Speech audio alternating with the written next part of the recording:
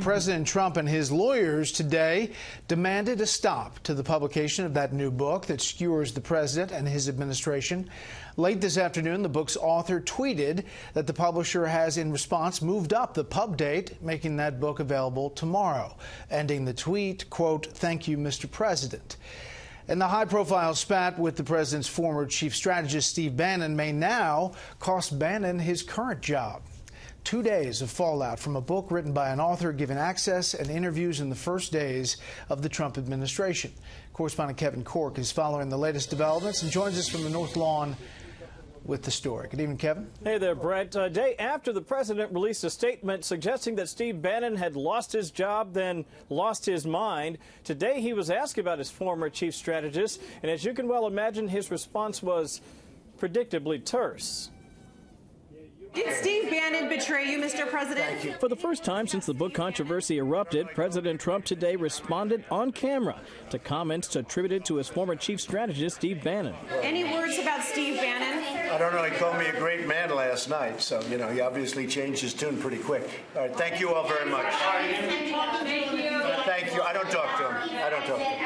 I don't talk to him. That's just a misnomer. Thank you. The president's ire raised by the forthcoming book, Fire and Fury, in which Bannon and the book's author, Michael Wolff, make a number of claims, some of which were so objectionable that the president's lawyers sent a cease and desist letter to the book's publishers, calling on them to halt its release, saying the book contained false and baseless statements and gave rise to defamation by libel, including a claim that the president used to brag that getting a friend's wife into bed made life worth living. Bannon reportedly said the president's daughter, Ivanka, was as dumb as a brick and claimed the president ate McDonald's because he fears being poisoned otherwise. Bannon also predicted that there would be a 1 in 3 chance the president would either be impeached, resign, or limp to the end of his term. Several people quoted in the book have already refuted its claims. Bannon was also hit with a cease and desist notice from the president's lawyers today, accusing him of repeated violations of the terms of his separation, including comments attributed to him in that forthcoming book. Despite the controversy, Bannon said he remained committed to the president's agenda. Don't worry, there will be no daylight between the agenda, Donald Trump, and the folks at Breitbart, and the show and the website. The president of the United States is a great man. I support him day in and day out. In an op-ed in The Hollywood Reporter, the book's author said he based his reporting on hundreds of interviews, including recordings to back them up.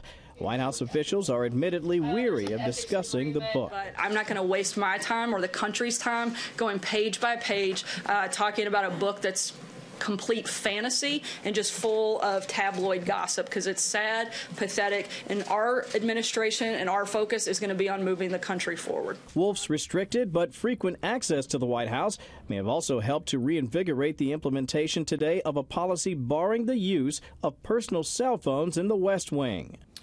Brett, as you alluded to at the top of the piece, the blowback continues against Mr. Bannon. There are multiple reports tonight that the Mercer family is distancing themselves from him. They are among his most important financial backers. This, as the Breitbart board is said to be considering Bannon's removal. Brett? Kevin Corke live on the North Lawn. Kevin, thank you.